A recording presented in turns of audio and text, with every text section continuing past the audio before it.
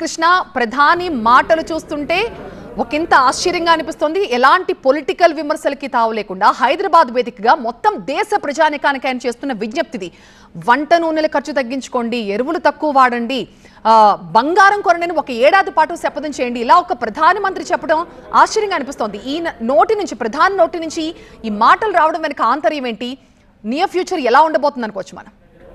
చాలా ఆందోళనగా, చాలా క్లిష్టమైనటువంటి పరిస్థితులే ఉన్నాయి అన్న విషయాన్ని చాలా క్లియర్గా, ఓపెన్గా, కుల్లంకుల్లా చెప్పేశారు ప్రధానమంత్రి నరేంద్ర మోదీ. ఈరోజు హైదరాబాద్ వేదికగా భారతీయ జనతా పార్టీ ఏర్పాటు చేసినటువంటి బహిరంగ సభ ఇది. ఇందులో చాలా క్లియర్గా 45 నిమిషాల పాటు సాగినటువంటి ఈ ప్రసంగంలో మొదటి 20 నిమిషాలు రాజకీయపరమైనటువంటి ప్రసంగం. ఇక్కడ కాంగ్రెస్ పార్టీని పంపించేయాల్సినటువంటి అవసరం ఉంది. బీఆర్ఎస్ కాంగ్రెస్ పార్టీలకి ప్రత్యామ్నాయంగా తెలంగాణ వేదికగా తెలంగాణ రాష్ట్రంలో భారతీయ జనతా పార్టీ రావాల్సినటువంటి ఆవశ్యకత ఉంది అనేటువంటి విషయాన్ని చెప్తున్నారు. బెంగాల్ తర్వాత Bharatiya Janata party next తెలంగాణనే target చేయబోతోంది అనేటువంటి అంశాల మీద ఫోకస్ పెట్టారు. అది కేవలం ఒక 20 నిమిషాల పాటు సాగినటువంటి ప్రసంగం. ఆ 20 నిమిషాల తర్వాత తదుపరి 25 నిమిషాల్లో ఆయన చేసినటువంటి ప్రసంగంలో అనేక కీలకమైనటువంటి అంశాలన్నీ కూడా ప్రస్తావించారు. దేశంలో చాలా రోజులుగా సాగుతున్నటువంటి చర్చ ఇది. 5 రాష్ట్రాల ఎన్నికల కోసం పెట్రోల్ డీజిల్ ధరల పెంపుని వాయిదా వేస్తూ వస్తున్నారు. సంక్షోభం చాలా తీవ్రంగా ఉంది. చాలా పెద్ద ఎత్తున రచ్చ జరుగుతోంది బయటంతా కూడా ప్రపంచవ్యాప్తంగా. అటువంటి పరిస్థితుల్లో, అటువంటి కీలకమైనటువంటి సందర్భాల్లో కీలకమైనటువంటి నిర్ణయాలు ప్రధానమంత్రి మోదీ తీసుకోబోతున్నారు అనేటువంటి ఒక ప్రచారం జరుగుతున్నటువంటి సందర్భంలో కరోనా తరహా క్రైసిస్ ఇప్పుడు దేశంలో ఉంది అని చెప్పి ప్రధానమంత్రి నోటి వెంట రావడం అనేటువంటి విషయాన్ని మనం గమనిస్తే, కరోనా సందర్భంలో ఏ రకంగా అయితే వర్క్ ఫ్రమ్ హోమ్లు లేక కార్పూల్ లాంటి వ్యవస్థలు ఏ రకంగా వచ్చాయి ఆ రోజుల్లో, దాంతోపాటుగా అన్ని రకాలైనటువంటి దుబారా ఖర్చులు తగ్గించుకునేటువంటి కార్యక్రమాలు, ఈ రకంగా ఏ రకంగా కరోనా సమయంలో ఒక తీవ్రమైనటువంటి సంక్షోభం వచ్చిందో ఆ తరహా సంక్షోభం ఇప్పుడు దేశం ఎదుర్కొంటోంది. విదేశీ నిల్వలు పూర్తిగా తగ్గుతున్నాయి. విదేశీ మారకం దాని ఖర్చుని, దుబారాన్ని తగ్గించుకోవాలంటే ప్రతి ఒక్కళ్ళు ఇండివిజువల్గా చేసుకునేటువంటి చర్యలు దేశ హితానికి ఉపయోగపడతాయి.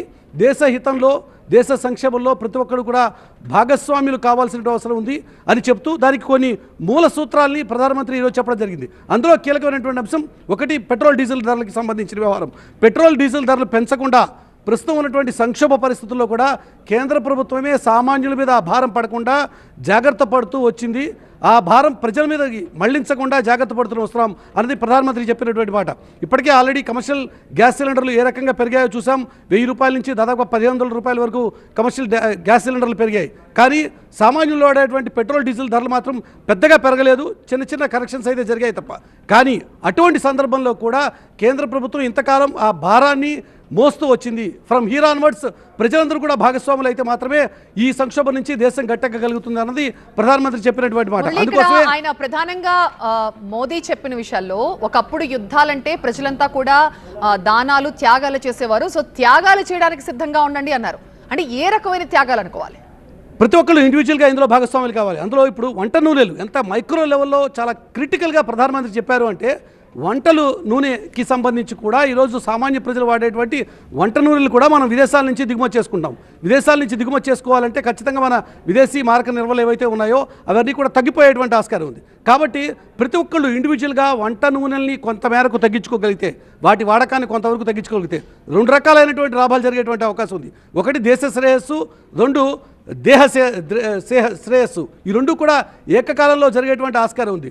దేశ శ్రేయస్సు, దేహ శ్రేయస్సు, ఈ 2 కూడా జరిగేటువంటి ఆస్కారం ఉంది. కాబట్టి ఈ 2 కూడా గమనించుకుని, అంటే ప్రతి ఒక్కళ్ళు ఇండివిజువల్గా ఏ రకంగా జాగ్రత్త పడాలి అనేటువంటి విషయాన్ని ప్రధానమంత్రి చెప్పడం జరిగింది. అందులో ఇంతకుముందు చెప్పినట్టు వంట నూనెలకు సంబంధించినటువంటి వ్యవహారం, దీంతో పాటుగా పెట్రోల్ డీజిల్ ధరలకు సంబంధించిన వ్యవహారం, పబ్లిక్ ట్రాన్స్పోర్టేషన్ని పెంచుకోండి, వర్క్ ఫ్రమ్ హోమ్ లాంటివి రావాల్సినటువంటి అవసరం ఉంది, అనవసరమైనటువంటి దుబారా ఖర్చులు తగ్గించుకోండి, విదేశీ ప్రయాణాలను మానుకోండి. సామాన్య ప్రజలెవరు కూడా హడావిడిగా ఇప్పుడు విదేశీ ప్రయాణాలకి విచ్చలవిడిగా వెళ్ళి తమ దగ్గర ఉన్నటువంటి నిల్వలన్నీ కూడా అవజేసుకోవద్దు. సంక్షోభం చాలా తీవ్రంగా ఉండబోతోంది. ఇక దీంతో పాటుగా రైతాంగం వాడేటువంటి కెమికల్ ఫెర్టిలైజర్స్ కూడా మనం విదేశాల నుంచి దిగుమతి చేసుకుంటాం. తద్వారా విదేశాల నుంచి వచ్చేటువంటి కెమికల్ ఫెర్టిలైజర్స్ వల్ల 2 రకాలైనటువంటి నష్టాలు జరుగుతాయి. ఒకటి, భూమాతకి తీవ్రమైనటువంటి నష్టం జరిగేటువంటి ఆస్కారం ఉంది ఈ కెమికల్ ఫెర్టిలైజర్స్ వల్ల.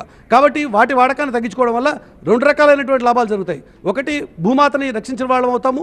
2, అట్ ద సేమ్ టైం విదేశీ నిల్వలు ఏవైతే ఉన్నాయో విదేశీ మార్కాన్ని మనం పెద్ద ఎత్తున వెచ్చించి విదేశాల నుంచి కెమికల్ ఫెర్టిలైజర్స్ ఏవైతే దిగుమతి చేసుకుంటామో వాటి ఖర్చును తగ్గించుకోవడం ద్వారా వాటిని నియంత్రించుకోవడం ద్వారా దేశానికి సేవ చేసిన వాళ్ళు అవుతాం. అంటే భూమాతకి సేవ చేసిన వాళ్ళు అవుతాం, అట్ ద సేమ్ టైం దేశానికి కూడా సేవ చేసిన వాళ్ళు అవుతాం. అంటే దేశ హితంలో దేశ సంక్షేమంలో ప్రతి ఒక్కరూ ఇండివిజువల్గా ఏ రకంగా భాగస్వాములు కావాలి అనేటువంటి విషయాన్ని పాయింట్ టు పాయింట్ ఎక్స్ప్లెయిన్ చేసుకుంటూ వచ్చారు.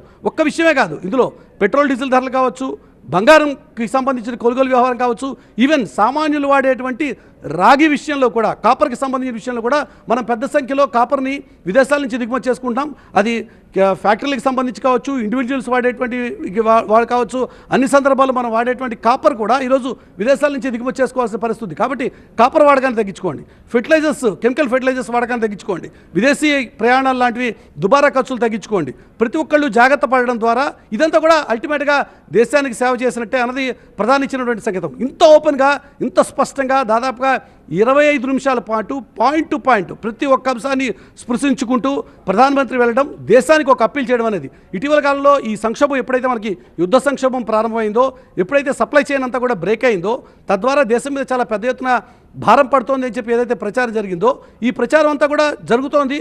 కేంద్ర క్యాబినెట్లు సమావేశం కావడం, సంక్షోభాలను నివారించడం కోసం కొన్ని చర్యలు తీసుకోవడం, ఇలాంటి కార్యక్రమాలు జరుగుతున్నాయి. కానీ ఇవన్నీ కూడా తెర వెనుక జరుగుతున్నాయి. అది కేవలం కొంతమంది బ్యూరోక్రాట్స్కో అధికారులకో లేక ప్రభుత్వ స్థాయిలో ఉండేటువంటి వ్యక్తులకు మాత్రమే కొంతమేరకు తెలిసేటువంటి ఆస్కారం ఉంది. కానీ సామాన్యులకి ఏం జరుగుతుంది అనే విషయం పెద్దగా తెలియలేదు. కొంత చర్చ మాత్రమే జరుగుతోంది, సోషల్ మీడియా వేదికగానో లేక బహిరంగ వేదికల మీద కొంత చర్చ జరుగుతుంది. కానీ ఒక ప్రధానమంత్రి దాదాపుగా 140 కోట్ల ప్రజలు ఉన్నటువంటి ఈ దేశంలో ఒక ప్రధానమంత్రి హైదరాబాద్ వేదికగా చేసినటువంటి ఈ అప్పీలు, ఈ సంక్షోభం నుంచి బయటపడాలి అంటే దేశంలో ఉన్నటువంటి ప్రతి పౌరుడు, ప్రతి నాగరికుడు కూడా ఈరోజు చైతన్యవంతం కావాల్సినటువంటి అవసరం ఉందని చాలా క్లియర్ గా చెప్పినటువంటి మాట. ఒకటి చాలా ఇంట్రెస్టింగ్ గా అనిపిస్తోంది. ఎందుకంటే మన భారతీయులకి బంగారాన్ని విడదీసి మనం చూడలేం.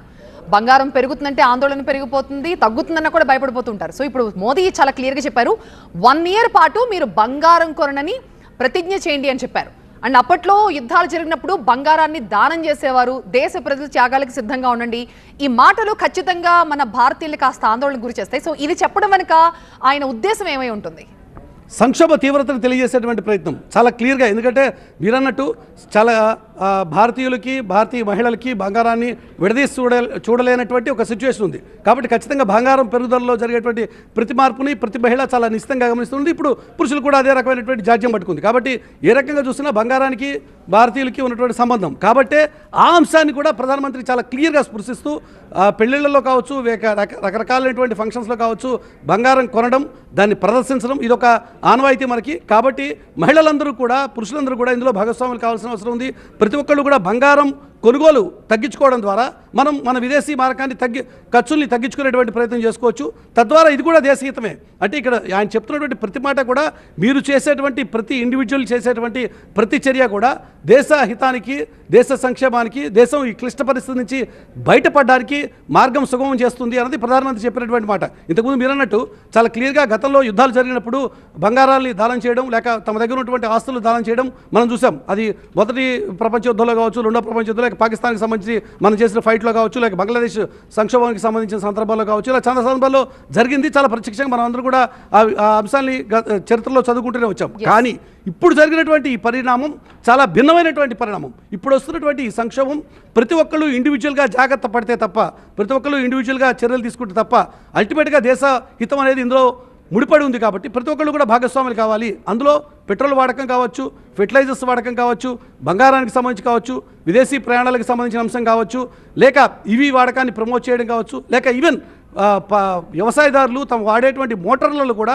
కరెంటు మోటార్లకు బదులు మీరు సోలార్ మోటార్లు వాడండి అని చెప్పడం ద్వారా, తద్వారా ప్రతి విషయంలో మైక్రో లెవెల్లో అక్కడ డీజిల్ మోటార్లు కనుక వాడితే అక్కడ కొంత డీజిల్ వాడకం పెరుగుతుంది. అది వ్యవసాయదారులు ఈరోజు నువ్వు మోటార్లు వాడొద్దు అంటే కుదరదు, కానీ ఖచ్చితంగా మోటార్లు వాడాల్సిన పరిస్థితి. కానీ అక్కడ డీజిల్ వాడకం బదులు మీరు అక్కడ ఆ సందర్భంలో సోలార్ మోటార్లు వాడడం ద్వారా మీరందరూ కూడా దేశ హితంలో భాగస్వాములు అవుతారు. దేశంలో మీరందరూ కూడా ఈ సంక్షోభ సమయం నుంచి, ఈ క్లిష్ట పరిస్థితుల నుంచి బయటపడడానికి కారణం అవుతారు అని చెప్పి ప్రధానమంత్రి ప్రతి ఒక్కరిని, మహిళలు కావచ్చు, రైతులు కావచ్చు, ఉద్యోగస్తులు కావచ్చు, ప్రతి ఒక్కరిని 140 కోట్ల మందిని ప్రతి ఒక్కరిని ఇండివిజువల్గా స్పృశిస్తూ చెప్పినటువంటి మాటగా దీన్ని చూడాల్సిన అవసరం ఉంది.